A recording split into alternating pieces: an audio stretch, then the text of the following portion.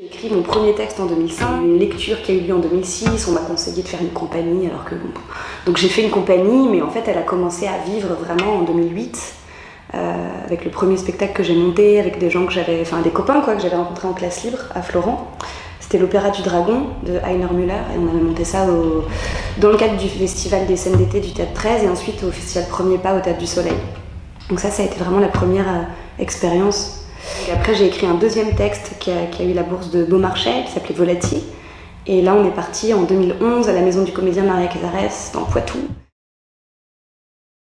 L'histoire en elle-même est arrivée, il y a cette histoire de portefeuille. C'est vraiment comme c'est écrit, en fait, comme c'est raconté dans la pièce, c'est vraiment ça. Et ça, c'est arrivé en 2010. J'avais vraiment photocopié tous ces papiers et je les ai laissés genre, dans un classeur chez moi, rangés pendant, je sais pas, 2-3 ans. Et un jour, je dînais avec des copains et puis je leur ai raconté l'histoire et ils m'ont demandé si j'avais les papiers. Donc j'ai dit oui, j'ai ressorti les documents et j'ai redécouvert à ce moment-là, en fait, les papiers, quoi, que j'avais un peu oubliés, quoi, en l'espace de 2 ans. Et là, vraiment, ils m'ont dit bah, c'est pas possible, il faut que tu écrives un truc avec ça. Et j'étais bah ouais, c'est vrai, il faut vraiment faire quelque chose. Et donc, voilà, à partir de là, ça a commencé à me hanter la tête, quoi. Donc, du coup, à partir de là, j'ai juste commencé à prendre un peu des notes, à tenir un peu un journal, mais de loin en loin, quoi, à rêvasser, à observer autour de moi le quartier, les gens, les vieux shibani qui se baladent et de me rendre compte de leur présence, du fait qu'on se parle pas, enfin qu'il y a comme une espèce de frontière imaginaire et on sait pas trop d'où elle vient. Et puis en fait, au fur et à mesure, en me documentant sur toute cette histoire, j'ai pris aussi la mesure du refoulé profond de cette histoire quand même, qu'on se trimballe, même quand on a l'impression de pas être lié à cette histoire, à quel point on entend tout simplement que français, on est quand même complètement traversé par cette violence-là, sourde. Et ça a été vraiment une prise de conscience très forte. Donc en fait, j'ai commencé à écrire en septembre 2013, un truc comme ça.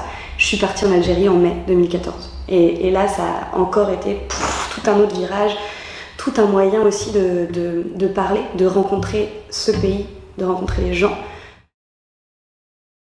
J'ai pris le bateau parce que je voulais, enfin c'est ce que je dis dans le spectacle aussi, mais vraiment m'inscrire dans les espaces de cet homme. Parce que je fonctionne comme ça et que je me mets dans les perspectives physiques aussi, dans les espaces. Enfin, je sais que ça me traverse beaucoup et que j'écris avec ça.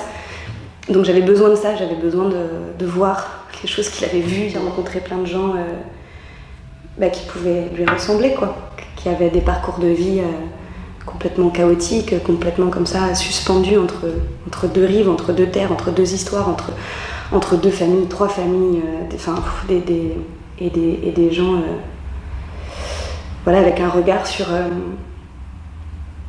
leur histoire et du coup sur notre histoire commune très, très, très éloquent, quoi. Et évidemment, tous les gens que j'ai rencontrés là-bas au départ tout de suite dit donc tu viens chercher tes origines pieds noirs. J'ai dit non, j'ai pas d'origine pieds noirs. Ah bon, t'as pas d'origine pieds noirs? Alors d'accord. Donc t'as de la famille qui a fait la guerre d'Algérie. Non, enfin ouais, j'ai un oncle lointain dont on m'a jamais parlé mais qui est pas très proche, mais non, j'ai pas de traumatisme par rapport à ça. T'es kabyle. Donc je avec mes cheveux bouclés, mes yeux bleus, non, je sais pas, si, t'es kabyle, donc il voulait absolument que je sois kabyle, enfin voilà, et puis bon, au bout d'un moment, finalement, ce qui était assez beau, c'est que juste j'étais là parce que notre histoire, on a quand même 2 siècles d'histoire en commun.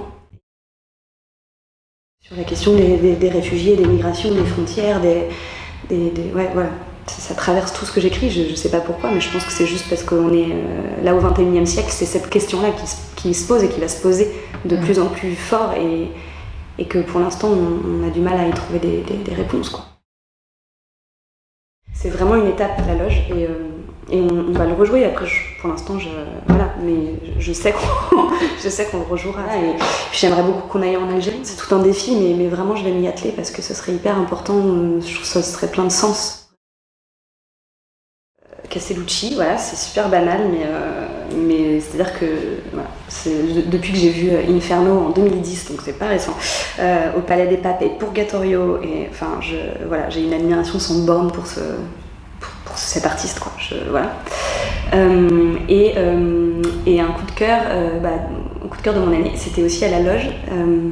C'est une fille qui s'appelle Edith Proust, qui fait du clown. Enfin, non, elle est comédienne, elle joue dans plein de trucs, mais elle a développé un personnage de clown. Elle fait un spectacle de clown. Son clown s'appelle Georges. Et à la loge, c'était le projet Georges. Et je pense qu'il y aura une suite. Et c'est Benjamin Poré qui la met en scène. Et c'est vraiment d'une poésie, d'une profondeur, d'une humanité.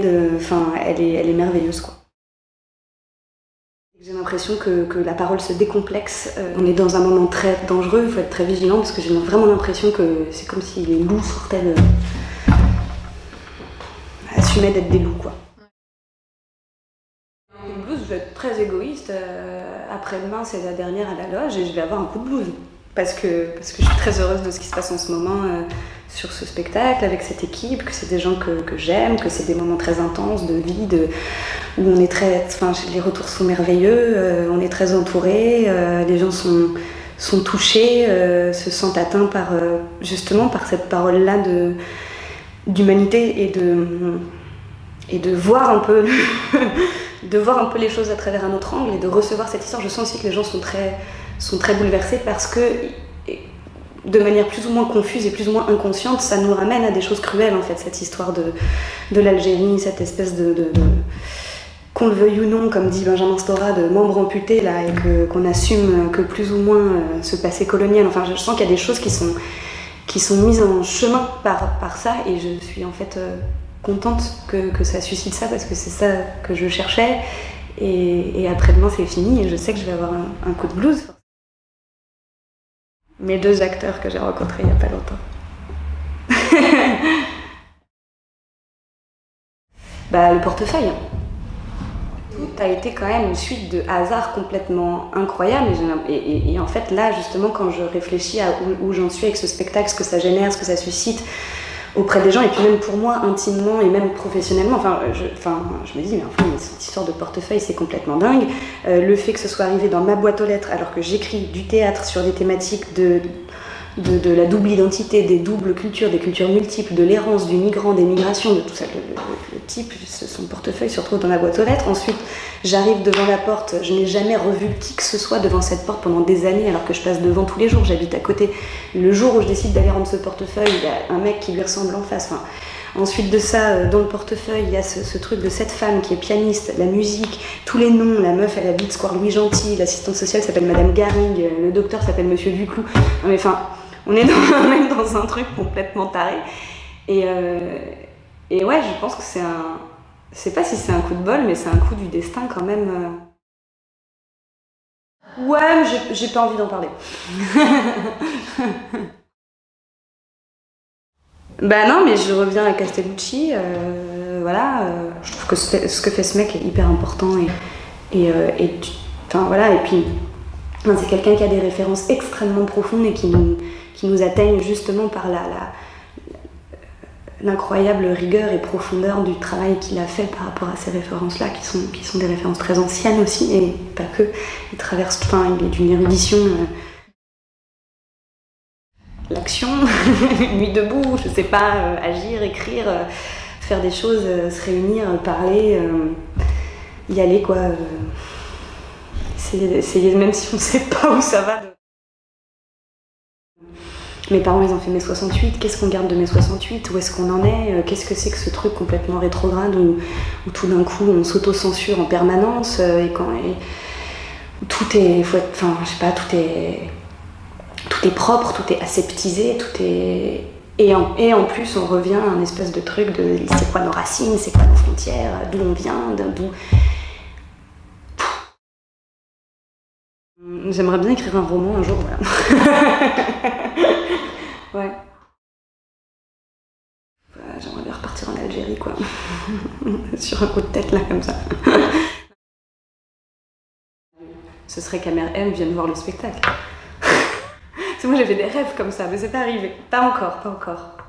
Ça, ce serait un sacré coup de théâtre. Ouais. Piano, panier, piano, panier, piano, panier, piano, panier, piano, panier, piano, panier, piano, panier, piano, panier, pagno et... Ah! Je suis allée jusqu'à 9. Merde.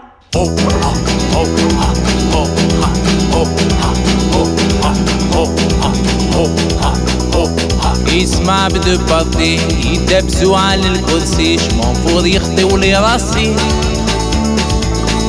كي نسمع بود شوازي مرسيدس مخو مكراسي وانا معالي بوس مقاسي كي نشوف تلفزيون كاين لا غريف دي زونسينيون يسقيو لهم لي فينيون